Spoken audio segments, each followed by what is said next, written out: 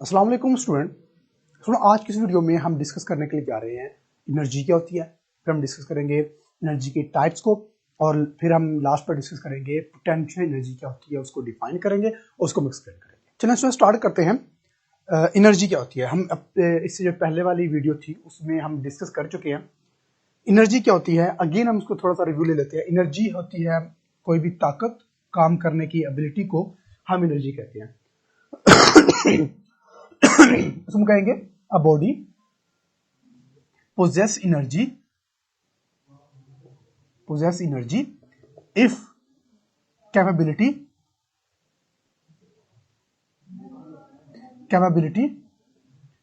To do work. अगर body के अंदर काम करने की सलाहियत है तो हम कहते हैं उस बॉडी में एनर्जी मौजूद है।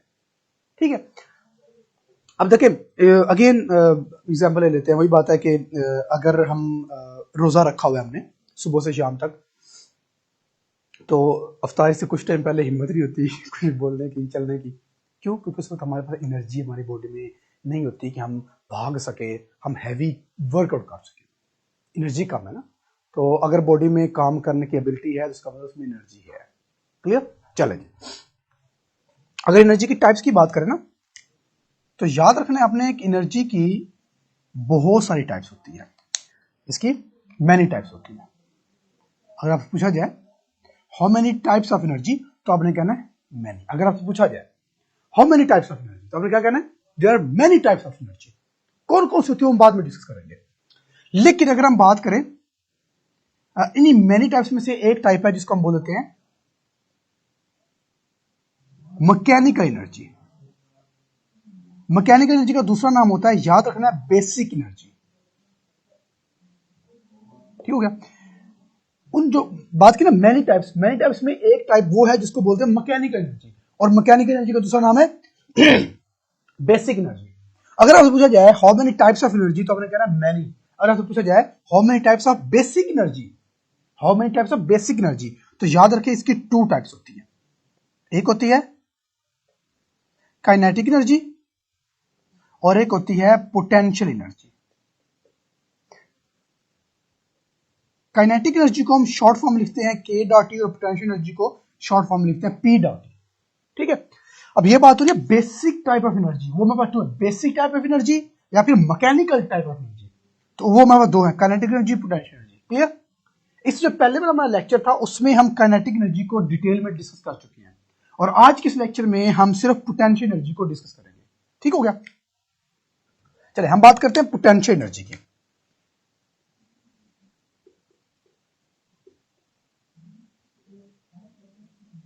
पोटेंशियल एनर्जी जिसको हम पी डॉट ई का नाम भी देते हैं शॉर्ट फॉर्म में। देखिए पोटेंशियल एनर्जी होती है वो होती है ड्यू टू हाइट और पोजीशन। अब इससे पहले जो हमने काइनेटिक एनर्जी पढ़ी थी ना, वो हमने पढ़ा था कि वो होती है due to motion of body, यानी कि वेलोसिटी ऑफ मोशन की वजह से। लेकिन जो पोटेंशियल एनर्जी होती है ये होती है ड्यू टू हाइट और पोजीशन। अगर कोई बॉडी देखे, सपोज करते हैं ग्राउंड फ्लोर है, अर्थ ग्राउंड फ्लोर सरफेस है, यहां पर पड़ी है, तो बॉडी में कोई एनर्जी नहीं है। बॉडी को हम लेकर हाइट पर चले जाते हैं, किसी न किसी हाइट पर है। अब इसके अंदर पोटेंशियल एनर्जी मौजूद है। क्यों? क्योंकि बॉडी हाइट पर है, तो हाइट की वजह से कौन सी एनर्जी होगी? Potential energy. कैसे पता चला? जिसको हम छोड़ेंगे नीचे गिरेगी। इसका मतलब है कि अब इस बॉडी में जो हमने फोर्स लगाई थी ना, इसको ऊपर उठाने के लिए जो हमने वर्क डन किया था, वो वर्क डन, वो फोर्स इसमें स्टोर हो चुका है। किस फॉर्म में? पोटेंशियल एनर्जी की फॉर्म में। जब हम छोड़ेंगे तो खुद ही नीचे आएगा।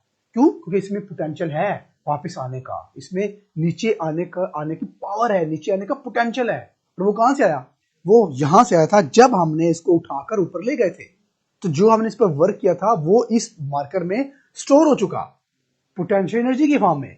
छोड़ा तो वापस आया, इसमें पोटेंशियल है। क्लियर? तो पोटेंशियल एनर्जी या तो हाइट की वजह से भी हो सकती है और पोजीशन की वजह से भी हो सकती है। अब पोजीशन की वजह से कैसे हो सकती है? अगर हाइट की बात करें, देखिए हम हैमरिंग करते हैं, हैमरिंग हम हमारे पास हथौड़ी है, हथौड़ा है हमारे पास, और हमने कील लगाना है। देखिए ये कील है, ये हमने लगाना है, तो हम क्या करेंगे? हमारे पास हैमर है और हैमर की मदद से हम यूं ऐसे हिट करेंगे। ऐसे ऐसे होगा ना, ऐसे हम हिट कर रहे हैं और किल जो हम उसको लगा रहे हैं। देखिए हैमर यहां पर है, सरफेस पर है, हमने उठाया हैमर को, ये उठाया, हैमर कहां गया, हाइट पर, ये उठाया, ये हैमर गया हाइट पर, हाइट से नीचे आया, हैमर गया हाइट पर, फिर नीचे, हैमर हाइट पर गया, तो इस हैमर के अंदर पोटेंशियल एनर्जी है, एनर्जी इसके अंदर स्टोर हो चुकी है, किस फॉर्म में, पोटेंशियल एनर्जी की फॉर्म में। अब वो पोटेंशियल एनर्जी होगी, वो वर्क करेगी इस किल को लगाने में, किल को जो हम किल ठोक रहे हैं, किल लगा रहे हैं, ये हैमर जो होगा जब ये हाइट पर जाएगा तो ये इस किल को लगाएगा। क्यों? क्योंकि इस हैमर के अंदर पोटेंशियल एनर्जी स्टोर हो चुकी है, इसके अंदर पोटेंशियल एनर्जी है, इसके अंदर पोटेंशियल है कि वो किल को लगा सकता है। क्लियर? चले, एक तो वो हैमर वाली होगी, वो हाइट की वजह से होगी। दूसरी हम एग्जांपल लेते हैं, हमारे पास है बो एरो, बो एंड एरो, ठीक है तीर कमान जिसको बोलते हैं, तीर कमान, ये आपने वो ड्रामा ना अर्थकुल, उसमें आपने बहुत देखा होगा ये ठीक है, तीर कमान।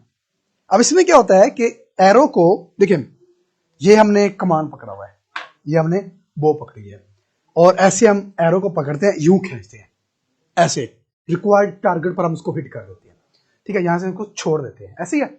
हमने ये एरो को पकड़ा, ये खींचा, एरो हाइट पर नहीं गया, क्या हुआ है, एरो की पोजीशन चेंज हुई है, ठीक है, पहले वो रेस्ट पोजीशन पर था, हमने खींचा, तो देखिए बो के पीछे ना इलास्टिक लगा होता है, हमने एरो को पकड़ा, यूं खींचा, अब अगर हम छोड़ेंगे तो क्या होगा, एरो डिस्प्लेस करेगा, अपने टारगेट पर जाएगा, ठीक है। इसका मतलब है कि हमने जब खींचा तो इसके अंदर इसकी पोजीशन चेंज हुई, पोजीशन की वजह से कौन सी एनर्जी होगी, पोटेंशियल एनर्जी। अब इस एरो के अंदर पोटेंशियल एनर्जी स्टोर हो चुकी है, जब छोड़ेंगे तो वही पोटेंशियल एनर्जी यूज होगी इस एरो को अपने टारगेट पर हिट करने के लिए। क्लियर? चलो जी, तो ये किसकी वजह से होगा, ये पोजीशन की वजह से होगी, दोनों में होगी पोटेंशियल एनर्जी। अगर हम बात करें हैमर, तो हैमर के अंदर जो एनर्जी होगी वो होगी gravitational potential, gravitational potential energy. Gravitational potential energy मतलब ये जो नीचे आएगा ना हथौड़ा, हम हथौड़ा जब नीचे आएगा, क्योंकि अर्थ इसको अट्रैक्ट कर रही है, अर्थ इसको अट्रैक्ट कर रही है ना, तो इसमें ग्रेविटी, ठीक है, इसमें ग्रेविटी इन्वॉल्व है, तो इसको बोलेंगे ग्रेविटेशनल पोटेंशियल एनर्जी। अगर हम एरो की बात करें तो एरो, क्योंकि कमान के पीछे को पता है इलास्टिक लगा होता है, वो उसको जो खींचती है तो वो इलास्टिक के साथ खींचता है, फिर वो इलास्टिक वर्क करता है उसको एरो को आगे ले जाने के लिए, तो इलास्टिक है, तो इसको हम बोलेंगे कि इसके अंदर जो एनर्जी होगी वो इलास्टिक पोटेंशियल एनर्जी होगी इलास्टिक पोटेंशियल एनर्जी इसके अंदर होगी, इसे बो एंड एरो में, क्यों है पोटेंशियल एनर्जी, लेकिन सिर्फ वो फर्क आ गया, अगर हाइट की वजह से है तो ग्रेविटेशनल होगी, अगर पोजीशन की वजह से होगी तो इलास्टिक पोटेंशियल एनर्जी होगी। क्लियर? चले, ये तो हमारे पास होगी इनकी पोटेंशियल एनर्जी की थोड़ी सी फॉर्म। फिर अगर हम बात करें इसकी एक्सप्लेनेशन पे जाए पोटेंशियल एनर्जी की, मैं यहां पर कर लेता हूं। जो पोटेंशियल एनर्जी होती है, हमने कहा कि वो हाइट की वजह से होती है। वापिस आ जाए वो पहले वाली चीज पर जहां हमने कहा था कि जहां हमने काइनेटिक एनर्जी को डिराइव किया था, तो हमने ये किया था कुछ कि kinetic energy is equal to work done, याद है? हमने इससे पहले वाले लेक्चर में ये चीज kinetic energy is equal to work done किया था काइनेटिक एनर्जी के केस में। लेकिन अब हम बात कर रहे हैं किसकी, पोटेंशियल एनर्जी की, तो अब हम इस काइनेटिक एनर्जी को रिप्लेस कर देंगे पोटेंशियल एनर्जी में, तो potential energy is equal to work done, ठीक है, बिल्कुल इसी तरह से। तो ये potential energy is equal to work done, work done का फॉर्मूला में क्या लिखा था, एफ डॉट एस, लेकिन हमने ये बात भी की है कि एस हो, आर हो, डी हो, एच हो, एल, ये सब एक ही चीजें हैं। एस भी डिस्टेंस होता है, आर भी डिस्टेंस होता है, डी को भी डिस्टेंस लिखते हैं, एल भी डिस्टेंस या लेंथ होती है, एच हाइट होती है डिस्टेंस का हाइट के साथ क्या ताल्लुक है? बिल्कुल है।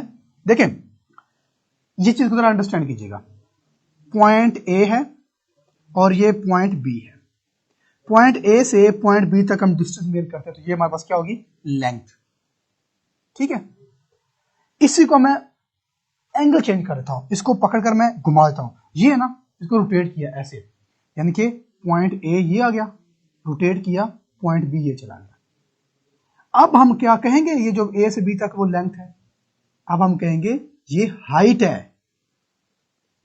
ठीक है, बात तो एक ही है, सिर्फ पोजीशन चेंज होने की वजह से नाम चेंज हो चुका है। पहले डिस्टेंस था, अब हाइट बन चुकी है, उसको हमने एक्स लिखे, है तो डिस्टेंस ही ना। ठीक है, चलें, क्योंकि ये हम पोजीशन हाइट की वजह से बात कर रहे हैं, इसलिए हम इसको चेंज कर देंगे एफ डॉट एच के साथ, क्योंकि हाइट पोटेंशियल एनर्जी में हाइट इंक्लूड है। चलें जी, पोटेंशियल एनर्जी। अब फोर्स हमें पता है कि जो फोर्स होती है वो इज इक्वल टू होता है वेट के, और वेट इज इक्वल टू होता है एम जी के।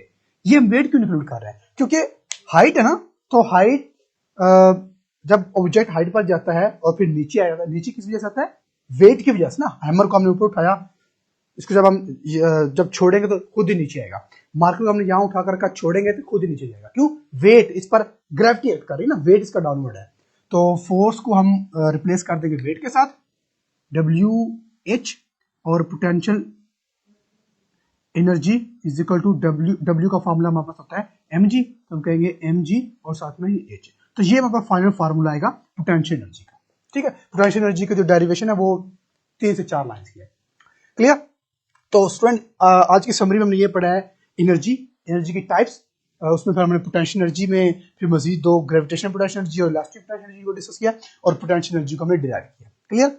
अगर इनसे रिलेवेंट कोई क्वेश्चन हो तो आप पूछ सकते हैं।